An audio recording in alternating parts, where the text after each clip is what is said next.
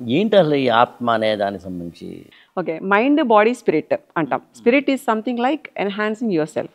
సింపుల్గా అలానే ఆలోచించండి, అంతే, ఫిజియలాజికల్ లెవెల్.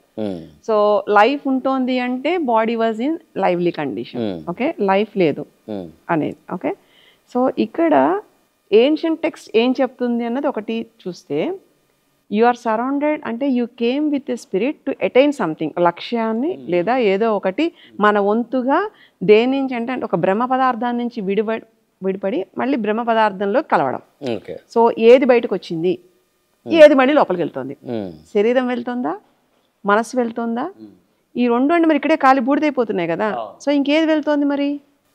ఆత్మ వెళ్తుంది. We don't know that. Have a puzzle. Say suppose మన ఇంట్లో మన వాళ్ళు ఎవరైనా వెళ్ళిపోయినప్పుడు వాళ్ళు ఉన్నారు, మనం నమ్ముతున్నామా?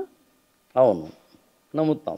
ఎందుకంటే వాళ్ళ నుంచి మనం వచ్చాం కాబట్టి, అండ్ వాళ్ళతో ఒక సాన్నిహిత్యం ఉంది కాబట్టి. ఫిజికల్గా మన పేరెంట్స్ అవ్వచ్చు, లేకపోతే మన ఫ్రెండ్స్ అవ్వచ్చు, ఎవరైనా పోయిన వాళ్ళు ఫిజికల్గా they are not available.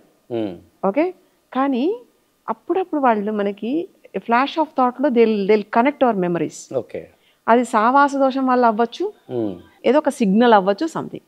Okay, ఇలా ఉంటున్నప్పుడు సోల్ పక్కన పెడదాం. ఇక్కడ ఏంటంటే హై ఫ్రీక్వెన్సీ, లో ఫ్రీక్వెన్సీ.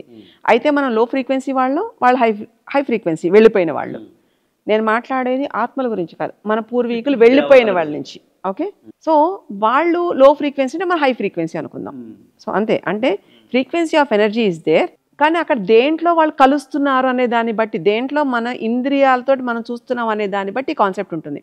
ఆటోబయోగ్రఫీ ఆఫ్ యోగి ఒక పుస్తకం, ఇది ప్రామాణికంగా ఈ మధ్య జరిగింది, 1972.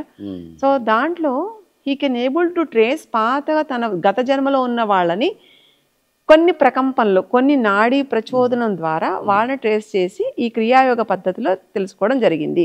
ఆ బుక్ లో ఉంది ఒక యోగ ప్రక్రియ.